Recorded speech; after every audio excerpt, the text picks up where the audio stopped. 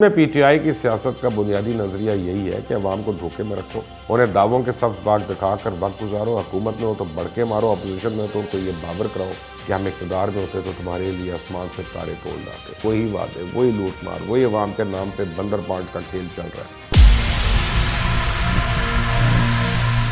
بسم اللہ الرحمن الرحیم، السلام علیکم۔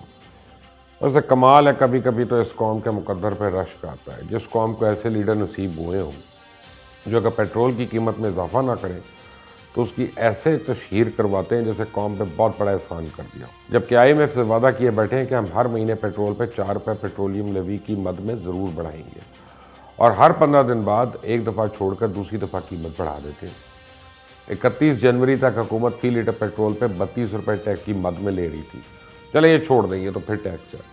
یا ریاست مدینہ کو بھی نہیں چھوڑا جا رہا۔ عمران خان ناکام ہو چکے ہیں اور اب وہ ہیلے بہانے سے یہ ثابت کرنے کی کوشش کر رہے ہیں کہ اس بری کارکردگی کے وہ ذمہ دار نہیں، اور طرح طرح کی توجیحات سامنے آ رہی ہیں۔ اب خان صاحب فرماتے ہیں کہ پہلے 5 سال ریاست مدینہ میں امت نے بڑی مشکل حالات دیکھے اور خوشحالی نہیں تھی۔ کیا کہتے ہیں ذرا دیکھیں۔ مدینہ کی ریاست میں 2 چیزیں پہلے آئی تھیں۔ 622 میں نبی صلی اللہ علیہ وسلم ہجرت کر کے مدینہ گئے، اور پہلے 5 سال بڑی مشکل سے امت مشکلوں کا سامنا کرنا پڑا، سروائیو کیا، کوئی خوشحالی نہیں تھی۔ اب کوئی ہے جو خان صاحب سے پوچھے کہ جناب وزیر اعظم، ہمیں تو پتہ ہے کہ آپ کو مزید 5 سال چاہیے اور اب آپ ریاست مدینہ کی کمزوریاں گنوانا شروع ہو گئے ہیں تاکہ آپ کو مزید ٹائم ملے۔ افسوس ہوتا ہے یہ حالات دیکھ کر کہ دراصل جیسے جیسے وقت گزر رہا ہے عمران خان کی گھبراہٹ میں اضافہ ہوتا جا رہا ہے۔ وہ چاہتے ہیں کسی نہ کسی طرح وہ عوام کو دوبارہ اپنی مجبوریوں پر قائل کرنے میں کامیاب ہو جائیں، لیکن زمینی حالات بالکل بھی ان کے فیور میں نہیں جا رہے۔ مارچ کی دھما چوکڑیاں جو ہے سر پہ پہنچ چکی ہیں۔ فروری کے آخری ہفتے میں جہاں پیپلز پارٹی مارچ کرنے جا رہی ہے، اس کے ساتھ ہی مارچز، دھرنوں اور احتجاجوں کا سیزن اب باقاعدہ شروع ہونے والا ہے۔ اوپر سے نواز شریف نے لندن سے میڈیکل رپورٹس بھجوا دی ہیں جو لاہور ہائی کورٹ میں جمع ہو گئی ہیں، جس کے مطابق ڈاکٹرز نے میاں صاحب کو مکمل ٹھیک نہ ہونے تک سفر نہ کرنے کی تجویز دی اور کہا کہ بغیر علاج واپس جا کر قید کاٹنا اور بیوی کے انتقال کا صدمہ دل کا مرض بڑھا سکتی ہے۔ تو جب تک نواز شریف کی کورونری اینجیو مکمل نہ ہو، ہسپتال سے دور نہ جائیں، کرونا اور مختلف امراض کی وجہ سے میاں صاحب کی زندگی کو خطرات ہیں۔ دراصل حکومت نواز شریف کی گارنٹی دینے پر شہباز شریف کے خلاف لاہور ہائی کورٹ میں جانا چاہتی تھی، اور اٹارنی جنرل اس سلسلے میں شہباز شریف کو ایک خط بھی لکھ چکے ہیں۔ اس رپورٹ کے بعد حکومت نے پوائنٹ سکورنگ شروع کر دی ہے، جبکہ لاہور ہائی کورٹ میں حکومتی کیس کمزور ہو گیا، اور اس وقت عمران خان کے احتساب کا جہاز شریف خاندان کی حدود ہی پار نہیں کر پا رہا، اور اس کا احتساب یہیں سے شروع ہو کے یہیں ختم ہو رہا ہے۔ اس سلسلے میں انہوں نے سپریم کورٹ بار ایسوسی ایشن پہ بھی تنقید کی کہ ایک چور، مجرم اور جھوٹ بول کر لندن بھاگے ہوئے شخص کے لیے سپریم کورٹ بار عدالت چلی گئی۔ عدالت سے کہہ رہے ہیں کہ اس کو ایک اور موقع دینا چاہیے۔ سپریم کورٹ بار اگلی یہ پٹیشن کرے کہ پاکستان میں جیل کھول دے۔ اپوزیشن کے احتجاج مہم کو نقصان پہنچانے کے لیے حکومت خود ہی یہ راستہ اختیار کرنے جا رہی ہے۔ کیا کمال ہوگا جب اپوزیشن اور حکومت دونوں ہی سڑکوں پہ احتجاج کر رہی ہوگی۔ 27 فروری کو جب پیپلز پارٹی اسلام آباد کی جانب لانگ مارچ کر رہی ہوگی، پی ٹی آئی گھوٹکی سے کراچی کی طرف مارچ کر رہی ہوگی، اسی طرح جماعت اسلامی بھی مہنگائی اور بے روزگاری کے خلاف 101 دھرنے پورے پاکستان میں کرنے کا اعلان کر چکی ہے۔ حکومت کی کارکردگی ایک طرف لیکن دیکھا جائے تو اپوزیشن کی تمام جماعتوں نے بھی اپنی 1.5 اینٹ کی مسجد بنا کے رکھی ہے۔ کچھ سمجھ نہیں آ رہا کہ یہ عوامی مسائل کو اجاگر کر رہے ہیں یا پھر اگلے جنرل الیکشن کی تیاری میں لگے ہوئے، کیونکہ یہ واضح ہے کہ اگر ان کا مقصد واقعی حکومت کو گھر بھیجنا ہوتا تو سب سے پہلے تحریک عدم اعتماد لاتے، اسپیکر اسمبلی کے خلاف، پھر وزیر اعظم کے خلاف، ساتھ ہی چیئرمین سینٹ صادق سنجرانی کو بھی اپنی اکثریت سے ہٹا دیتے۔ لیکن یہاں پارلیمنٹ میں قانون سازی پر ووٹنگ کا حال دیکھ کے کوئی اس آپشن کا مشورہ دینے کی جرت ہی نہیں کر رہا۔ تمام حکومت کو گھر بھیجنے کا کوئی اور راستہ بھی نظر نہیں آ رہا۔ چلے مان لیں یہ نہ کرنے کا حوصلہ نہیں تھا یا واضح الفاظ میں اجازت نہیں تھی، تو کم از کم احتجاج تو تمام جماعتیں کر لیتی مل کر، پی ڈی ایم یا کسی بھی ایک پلیٹ فارم سے کر سکتی تھی، مگر سب کی اپنی اپنی سیاست ہے۔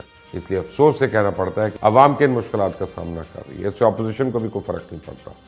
یوں حکومت اور اپوزیشن کا میچ ایک طرف، لیکن اس بات میں اب کوئی ابہام باقی نہیں بچا کہ حکومت انتظامی، معاشی، سیاسی اور اخلاقی دیوالیہ پن کا شکار ہے۔ حال ہی میں ایک نیا سروے ہوا ہے جس میں 70% پاکستانیوں نے ملکی معاشی سمت پر پریشانی کا اظہار کیا اور معاشی سمت کو غلط بھی کہا، جبکہ ملک سیاسی سمت پر بھی 66% پاکستانیوں نے اعتراض کیا اور اس کو غلط قرار دیا۔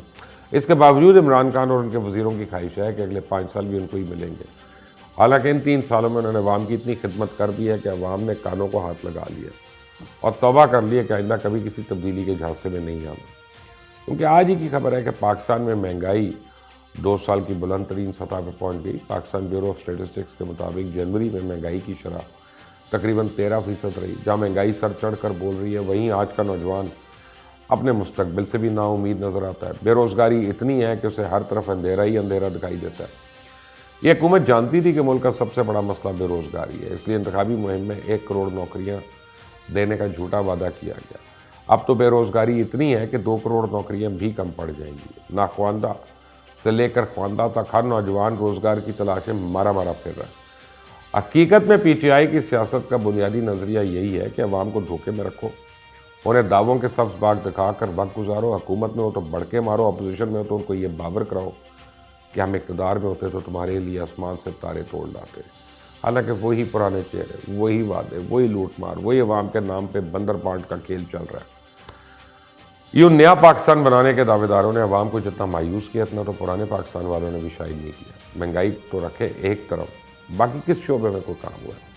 کرپشن پہلے سے بڑھ گئی ہے، پولیس کے مظالم بڑھ چکے ہیں، پیسے دے کے اپوائنٹمنٹس کروانے کی خبریں عام ہیں۔ سچ یہ ہے کہ پنجاب میں چھوٹے بڑے سرکاری افسروں کی ٹرانسفر پوسٹنگز لاکھوں روپے میں بیچنے کے اب عام قصے ہیں۔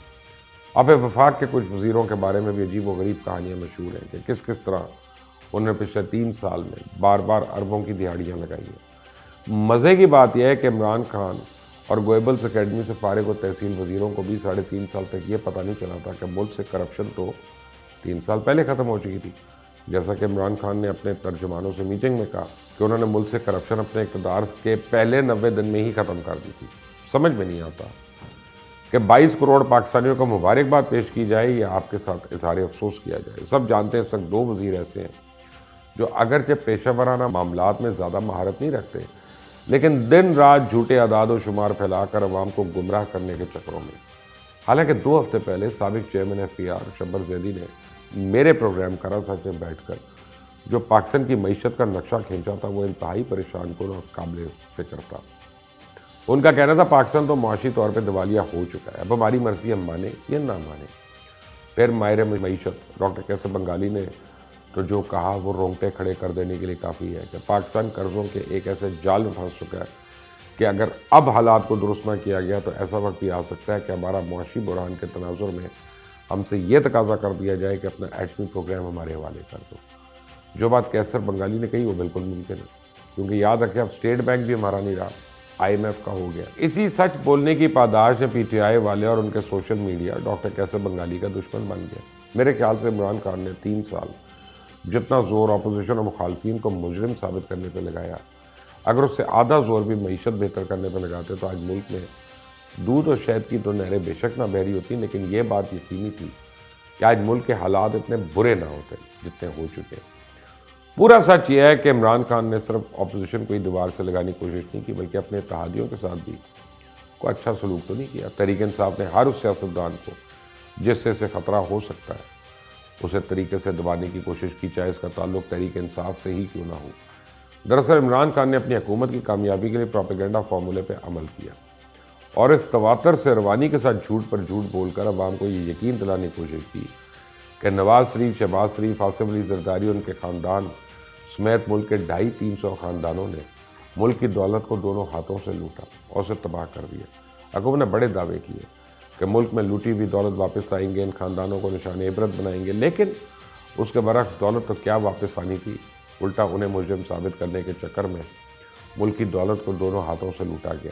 جب اندازہ ہو گیا کچھ ثابت نہیں ہو سکے گا تو شہزاد اکبر سے استعفیٰ لے لیا۔ سوال یہ ہے کہ کرپشن کے اربوں روپے واپس لانے کے چکر میں کتنے اور ہاتھ سے لگا دیے، اس کا ذمہ دار کون ہے، اور کب تک ہم عمران خان کے سیاسی مخالفین کو بدنام کرنے اور ان کے پیٹ سے کرپشن کا پیسہ نکالنے کے چکر میں قوم کا پیٹ کاٹ کر پیسے خرچ کرتے رہیں گے؟ یہ سوچنے کی بات ہے۔